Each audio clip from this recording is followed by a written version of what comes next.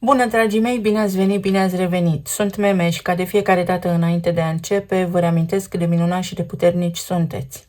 Astăzi vin către voi cu previziunile pentru potențialul energetic al zilelor ce vor urma.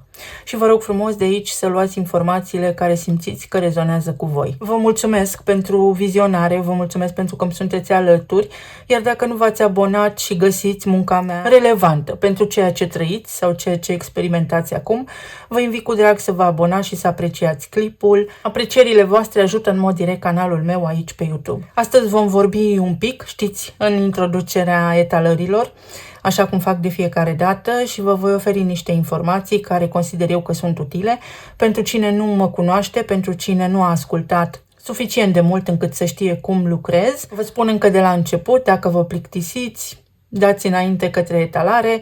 Aici este un canal care oferă informații holistice, informații vaste despre toate ariile importante din viață, pentru ca voi să căpătați o perspectivă foarte amplă asupra lucrurilor care se întâmplă în lume și care vi se întâmplă. V-am întrebat ieri să începem cu asta despre deshidratare. Și ce m-a făcut să vă întreb asta este că înainte să înregistrez, pe timpul nopții, cât am dormit, telefonul meu s-a descărcat fără niciun fel de justificare. Telefonul meu nu este defect, nu este prima dată însă când mi se întâmplă. Mi s-a mai întâmplat anul trecut și cred că anul ăsta o dată sau de 2 ori, însă nu are probleme tehnice. Ce explicație să găsesc pentru un telefon descărcat care avea baterie 80%? Sigur că am început să cercetez, mintea mea a lucrat profund și mi-am dat seama că telefonul se încarcă pe electricitate, circuit electric. Se întâmplă ceva și se întâmplă ceva din punct de vedere tehnologic în acest moment, pentru că lumea în care trăim nu este așa cum o știm noi. Și de acum înainte voi începe să vă dau și mai multe informații despre aceste lucruri. Trebuie doar să fiți deschiși la minte, în primul rând, pentru că sunt informații pe care, în primă fază, s-ar putea să nu le înțelegeți sau pe care s-ar putea să le respingeți unii dintre voi, mai ales dacă toată viața voastră ați crezut în programele induse încă de la naștere. Se întâmplă ceva în câmpul electromagnetic. În 2015, în timp ce lucram în tehnologia informației, am lucrat la un proiect IoT, Internet of Things. Și de atunci am început să studiez foarte mult această zonă, ce se poate face, cum se implementează și așa mai departe. Iar anul trecut v-am oferit niște informații despre ce este internetul, cum suntem noi prinși într-o plasă, într-o plasă, net. Căutând informații, am tot studiat cărți despre tehnologie, nu despre altceva. Din punctul meu de vedere, și este o afirmație pe care mi-o asum, cu care voi puteți să rezonați, puteți să nu rezonați, noi suntem controlați prin tehnologie, pentru că suntem și noi energie și avem biocâmp, câmp electromagnetic. Așadar, deshidratarea are legătură cu tehnologia artificială. Se va întâmpla ceva colosal în această sferă. Tehnologia artificială va lua amploare. V-am spus că există centre de date care folosesc apa pentru a putea răci acele servere pentru ca rețeaua electrică să nu ia foc. Lucrurile luând foarte multă amploare, este nevoie și de mai multă apă, iar noi suntem conectați ca Body Area Network, adică corpul nostru este o baterie. În momentul în care se fac update-uri la nivel de tehnologie, actualizări sau schimbări, implementări, cum vreți să le spuneți, pierdem energie. Electricitatea este conducător pentru apă, un foarte bun conducător pentru apă. Și atunci s-a produs această deshidratare, apa a intrat pe un canal, a ieșit pe alt canal și nu ne-am hidratat. Mai există o explicație.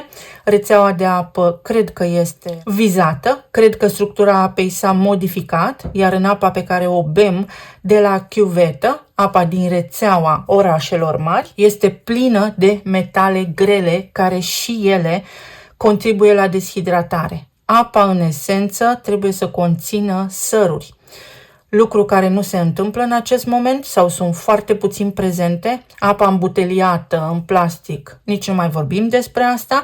Degeaba o luăm pentru că aceea este o apă moartă și nu toată lumea locuiește lângă un izvor. Vă recomand un filtru și vă recomand electroliți naturali. Lămâie, sare pură, sare gemă și apă.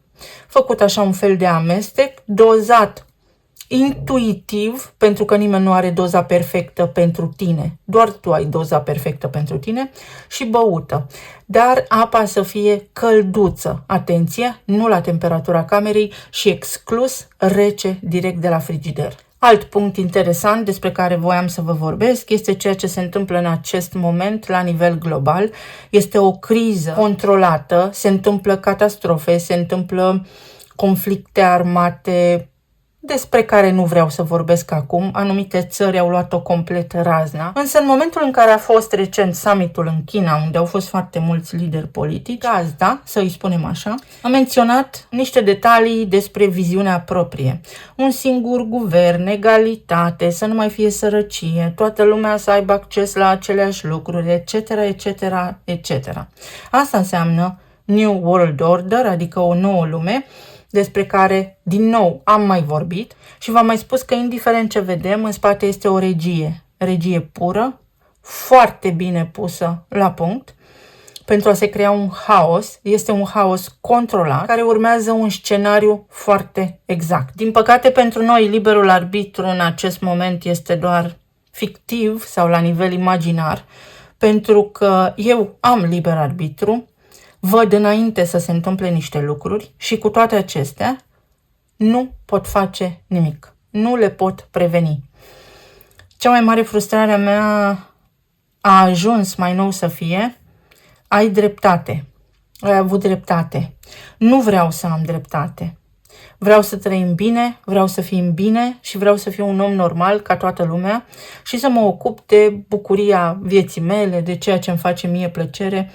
Nu să am dreptate, nu să fiu celebră. Știți că v-am spus, cu cât ești mai celebru, cu atât ești mai parazitat de sistem, pentru că asta înseamnă că ai acces la o comunitate mai mare de oameni, mai ales dacă ceea ce spui tu este complet eronat. Așadar, atenție la oamenii cu popularitate foarte multă, pentru că sunt susținuți din planul subtil sau direct aici în planul fizic, tocmai pentru că mesajul lor este eronat și sunt intenționat lăsați să influențeze. Ce mai aveam pe listă? Cred că pentru astăzi cam asta ar fi totul.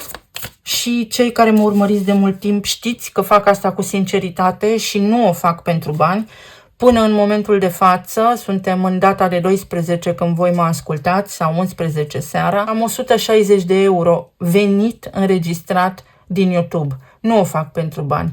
Cine vrea să înțeleagă aceste informații sau cine rezonează cu ele bine. Cine nu, să creadă ce dorește, pentru că suntem unici și originali. Există un site, socialblade.com, unde puteți să vedeți cât câștigă creatorii de conținut, însă luați în calcul că acolo este o estimare.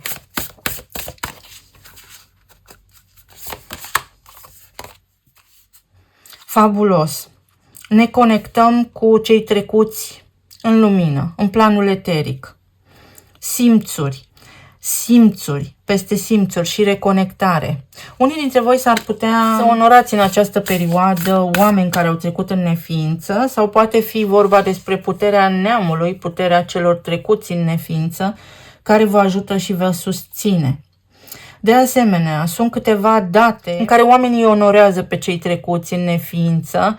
Cred că la noi în România undeva pe 1 noiembrie, prin alte țări sunt date diferite. Poate acele date pentru voi înseamnă ceva anume.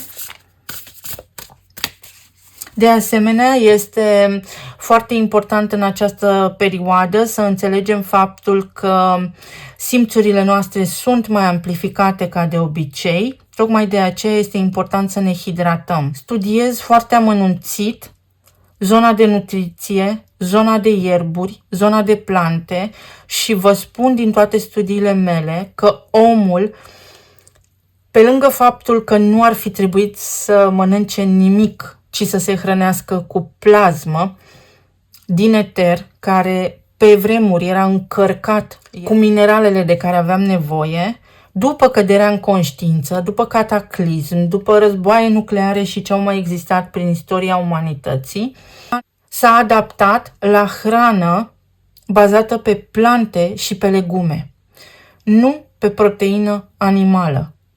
Sigur că de-a lungul timpului organismul s-a schimbat și așa mai departe, însă luați în calcul aceste lucruri, studiați și dacă cumva nu vă simțiți bine, poate fi o cauză, poate fi o informație utilă. Știți despre prana, despre chi. Gândiți-vă la cuvântul chirurgie. Chi, energia, prana. Am scos două. Foarte frumos. Ia uite. Mergi în natură. Omul, în două picioare, da, în forma sa bipedă, apucă hrana sau o culege. Nu o mușcă. Nu e carnivor. Nici animalele nu ar trebui să fie carnivore. Altul este rolul lor în natură. Chiar mă întreba fetița mea zilele trecute cine a decis care este cel mai puternic animal și ce animal ar trebui să mănânce alt animal. Întoarce-te în natură, coexistă cu natura, o întrunire și să reduci pierderile. Iar aici este hrană naturală. Da, magic, pur și simplu magic. Terapii naturale, echilibru și Ayurveda. Dincolo de toate aceste denumiri, Ayurveda, medicina tradițională chineză și mai știu eu ce alte terapii, ideea de bază este aceeași. Natural. Să fie totul natural, cât se poate de natural, pentru că hrana te poate vindeca, hrana te poate elimina din planul fizic. Totul pornește din microbiom și de la paraziți, care sunt și în tehnologie, ca virus, și care sunt și în corpul nostru fizic. Deparazitare internă. Poate fi o perioadă în care, de dragul unor vremuri apuse, ne echilibrăm, nu ne mai certăm și lucrurile își revin la normal. Sau poate fi o energie a trecutului foarte blândă care te învăluie acum, pe tine sau pe cineva drag ție, și lucrurile se echilibrează, cel puțin pentru câteva zile, cel puțin în perioada următoare.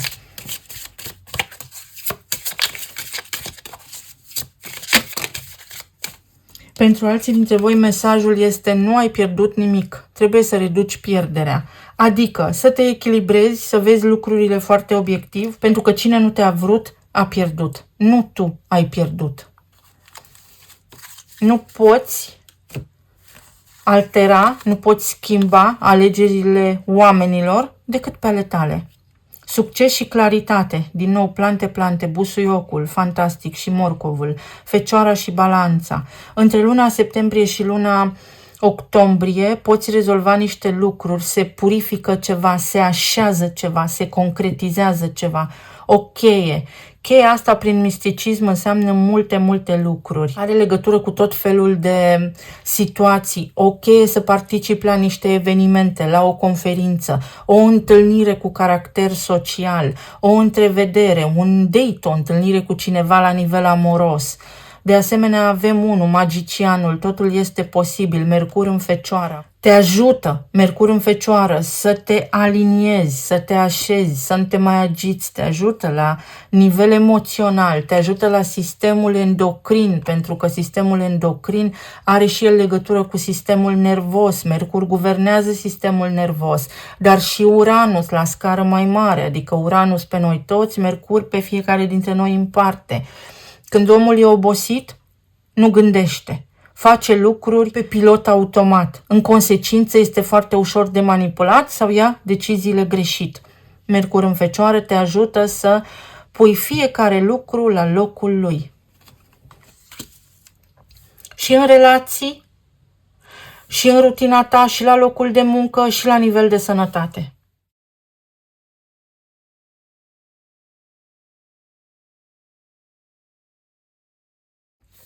Șase de monede, Regele de cupe, Judecata, uite, Ce frumos! Cavalerul de cupe.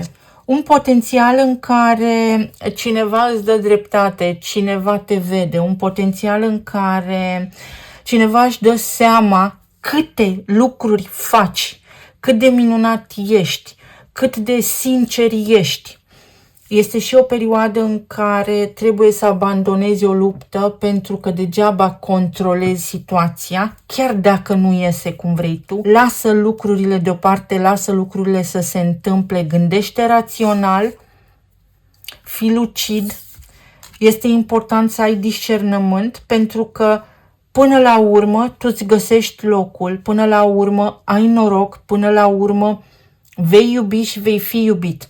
Poate nu este persoana potrivită pentru tine cea pentru care ești tu acum atât de înverșunat. În parteneriate este o zi în care poți primi mai mult ajutor, măcar la nivel emoțional, măcar printr-o vorbă bună, pentru că există judecată aici. Este o perioadă în care oamenii vor avea mintea mai limpede, lucrurile se vor întâmpla mai lumesc, mai pământean. Dar este și o perioadă în care s-ar putea să fii invitat undeva sau să ai parte de o experiență pentru care ai lucrat mult timp sau să ai parte de noroc, poate nu ai avut până acum sau s-ar putea să primești o diplomă, să primești recunoaștere publică, să se întâmple ceva bun în viața ta în tot cazul. Pe zona financiară este o perioadă în care îți poți reveni prin mulțumire de sine. Este o perioadă de putere, o perioadă de control. Este o perioadă de glorie, să spunem așa, pentru foarte mulți dintre voi. Chiar dacă încă nu s-au întâmplat lucrurile, sunt pe cale de a se întâmpla. Prin judecata aici este ca și când trebuie să-ți dai seama de ceva și lucrurile se schimbă prin puterea gândului tău, pentru că de asta există acest sistem tehnologic invizibil pentru manipularea gândurilor noastre. Dacă ești o persoană singură, într-o zi când tu ești prins în rutina ta, acolo unde tu mergi în mod recurent, poate faci niște activități și mergi zilnic într-un loc, acolo poți întâlni pe cineva, de nicăieri să apară această persoană. Ideea este să nu te gândești și să nu-ți faci scenarii despre cum și când. Atunci apare. La nivel profesional, poate fi o zi în care simți că lucrurile merg bine. Pur și simplu, te încarci cu energie, ai parte de o satisfacție personală, ai parte de o satisfacție profesională. Pe zona medicală, reiei ceva, te poți regenera, dar prin lichide, prin hidratare, prin ceaiuri, prin plante. Cercetează, descoperă această ramură. Este chiar mai ieftin să abordezi vindecarea așa. Cavalerul de bâte de ieri, determinare și voință. Foarte interesant, poate fi o perioadă foarte dinamică în care simți că lucrurile merg bine, prinzi încredere. În relațiile tale ești foarte pasional, se aprinde flacăra, aici este o pasiune nebună, aici este îndrăgostit, dar cu senzualitate, cu profunzime, cu pasiune, cu sexualitate de asemenea. 3 de bâte. Un nou potențial se naște, se întrezărește ceva bun la orizont pentru tine și asta este în urma eforturilor depuse, în urma experienței tale de viață sau atunci când spui în felul următor: dacă ceva nu mai merge, nu insist să bat la o ușă închisă. Merg mai departe. Poate fi o propunere de colaborare, poate fi o conferință la care mergi, poate fi o informație pe care o descoperi acum și te ajută. Poate fi vorba despre o călătorie sau despre o revedere cu cineva, mai ales dacă nu locuiți unul în apropierea celuilalt. 5 de spade. Pentru unii dintre voi, să știți că lucrurile stau în felul următor. Voi cumva vă sabotați singuri, în sensul în care vă așteptați la ce este mai rău. Faceți o probă, faceți un test, eliberați această energie, vă certați singuri, aveți un monolog interior în care vă faceți fel și fel de scenarii și sabotați adevăratul potențial de la a căpăta formă concretă în viața voastră. curățați mintea, sistemul nervos, casa a cincea, copilul interior. Voi acționați ca un copil, toți acționăm ca un copil, pentru că în esență suntem și copil și adult și om matur deodată. Cioara este un arhetip genial. Găsesc întotdeauna soluții. Sunt fantastic de inteligente. Când o cioară te alege, ești ales. Vibrația ta este sus.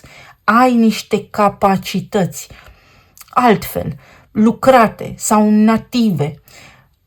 Un dar. Ești ajutat să depășești o situație. Vine lumina către tine, vine soluția. Mai poate fi vorba despre faptul că dacă până acum cineva ți-a cerut ceva la schimb, persoana respectivă s-ar putea să fie superficială sau să te condiționeze. Pe de altă parte, nu te mai lăsa condiționat de rutina ta. Fii versiunea ta cea mai bună, fii altfel. Fii versiunea ta cea mai bună în fiecare zi și nu te mai compara cu ceilalți, decât cu tine, cel de ieri. 7 de monede.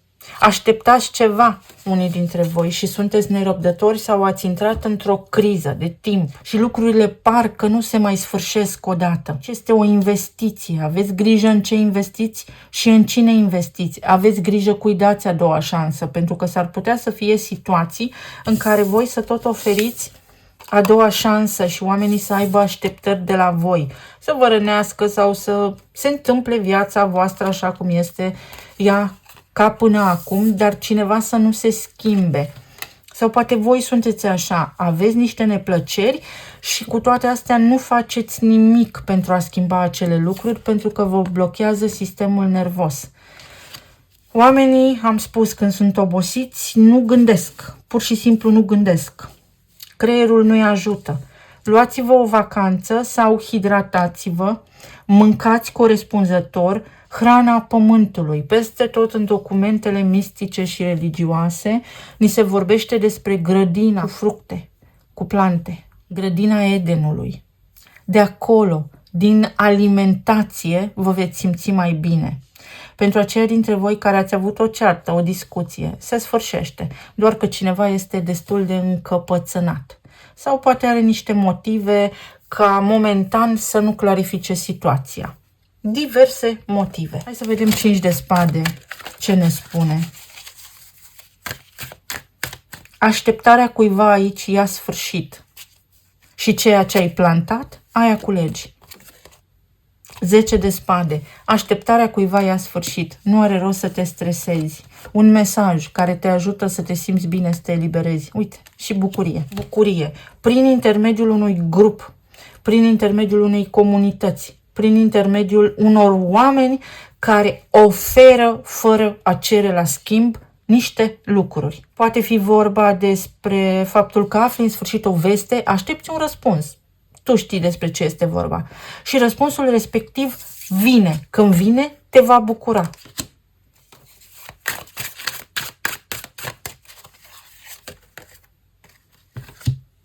O cruce fixă. Sensul despre care am vorbit și ieri. Siguranța și încrederea. Fă lucrurile pe care ți le dorești sau ocupă-te de lucrurile pentru care te rogi, pentru că oamenii se roagă și au așteptări, dar nu fac nimic pentru a obține ceea ce pun în rugăciunea lor. Încăpățânare, așa cum am spus, cineva este încăpățânat sau într-o energie fixă, să știți că lucrurile se înmoaie, devin mai flexibile. Nu vă stresați. Un om de încredere, un ajutor de încredere sau ai încredere că lucrurile se rezolvă și iese soarele pe strada ta. Nu este încă momentul, asta ne spune și 7 de monede. Poate fi o zi, poate fi o săptămână. Să vedem ce ne spun și talismanele.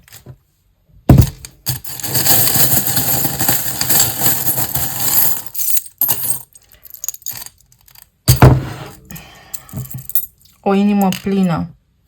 O legătură dintre mamă și copil. Ceva transgenerațional. Verificați istoria familiei voastre. Noi ne tragem din niște oameni care au trecut prin al doilea război mondial, care fierbeau scoarța copacilor ca să aibă ce mânca. Oamenii în perioada aceea mureau pe capete și vorbesc strict despre zona aceasta în care eu locuiesc. O istorie a neamului tău care poate fi vindecată. Pentru alții dintre voi poate fi o sarcină sau poate fi ceva în legătură cu ai voștri copii. Acolo să fie stresul vostru. Luați lucrurile cu calm, dar de la bază. Poate unii dintre voi aveți provocări cu sănătatea copiilor voștri, de parazitare internă sau, indiferent cât de mari sunt copiii voștri, tot de parazitare internă. Diavolul, ceva toxic, puteți scăpa de ceva toxic pentru aceia dintre voi care aveți o relație defectuoasă cu ai voștri copii. S-a mai întâmplat în neamul vostru, vedeți unde este cauza. Zâmbetul este același în toate limbile, uite credința. Suntem frați, la bază suntem frați. Cineva vine de la depărtare sau poate fi vorba despre o comunicare pe calea aerului, telepatică, cu cineva drag, să simți, să ai o senzație. Poate fi și de bine, poate fi și faptul că poți să ai o senzație că, să spunem, cuiva nu este bine. Pune mâna pe telefon atunci când tu te gândești la cineva și persoana respectivă se gândește la tine. De cele mai multe ori nu vi s-a întâmplat să vă sune cineva și voi să vă fi gândit fix la acea persoană? Pentru că vei fi de ajutor. Pe de altă parte este, uite, o perioadă liniștită, cu iubire. Oamenii se ajută între ei sau în zona relațiilor. Pentru unii dintre voi este o soluție permanentă. Poate fi chiar o cerere în căsătorie, o nuntă. Roata se învârte. Muzică, armonie, bucurie și la nivel financiar și la nivel de sănătate. Uite, un porcușor care zboară. Știți expresia când or zbura porcii? E, cam așa. Ceva inimaginabil se poate întâmpla. Ceva ce nu credeați vreodată că este posibil. Da, este posibil acum. Săgetătorul. Până în perioada sărbătorilor sau prin Jupiter în Rac. Poate fi vorba despre casă, familie, părinți, proprietăți sau poate fi vorba despre tradiții. Ceva de drept. Vi se cuvine ceva de drept. Prin drept divin. O întâlnire, o petrecere. Pentru unii dintre voi sunt petreceri, sunt evenimente la care sunteți invitați, iar inițialele sunt multe. H, U, F, I, N, Z, B, S și J. Ceva din Orientul Mijlociu o să ia amploare. Atenție la alcool. O perioadă ocupată. O perioadă în care veți fi ocupați. Uite, direct busy. O perioadă în care, dacă vă ocupați de lucrurile importante și aveți o listă de priorități, veți avea o încheiere. Uite, un fazan, era un joc când eram eu mică. Încheiați ceva. Pentru unii dintre voi trebuie să închideți ușa. Finalitate. Aceste 2 săptămâni aduc încheieri. Statele Unite. Aici oamenii ăștia fac multe lucruri. În primul rând se joacă puternic cu zona financiară. Unii joacă pe o parte financiar, unii joacă pe o parte militar și tot așa, până într-o zi în care ne vom trezi într-un mare haos și o să vină o informație salvatoare, vai ce bine ne va fi nouă tuturor. Ne va fi bine când noi, oamenii, prin puterea poporului, ne vom trezi și vom conștientiza circul, mascarada și regia. Ceva ajunge la maturitate sau la saturație. În curând, o fuziune. Unii dintre voi s-ar putea să fie nevoie să vă căutați un partener de afacere sau este vorba despre o preluare. Preiei ceva prin dreptul cuvenit, prin drept divin, moștenești ceva poate sau un nou rol, un nou loc de muncă, cineva îți face transfer de cunoștințe, transfer pentru poziția respectivă. Persoana respectivă să știi că nu era poate foarte pregătită sau există o tendință să nu-ți predea toate informațiile, cere cu diplomație, cu empatie, cere tot ce ai nevoie să știi. Atenție la articulații. Pentru articulații este foarte bun colagenul, acela de tip 2, sufismul, Persia. Acolo, cu ochii pe ei suntem, să vedem ce se mai întâmplă. Un junior. Poate unii dintre voi luați o diplomă, ați trecut de prima etapă, treceți de prima etapă. Sau poate fi vorba despre copiii voștri. Facebook. Atenție la mediile de socializare pentru că suntem controlați prin ele. Pentru alții dintre voi, atenție la histamină, la intoleranțe. de unde vin, găsiți cauza, o uniune, un parteneriat, o cerere în căsătorie, o alianță, un iubit, o iubită. Unii dintre voi treceți de la etapa de prietenie la etapa de iubiți. Vă mulțumesc foarte mult, vă doresc să aveți o zi minunată, să fiți bine, sănătoși și iubiți oriunde v-ați afla în această lume și să ne auzim cu bine și data viitoare. Pa, pa!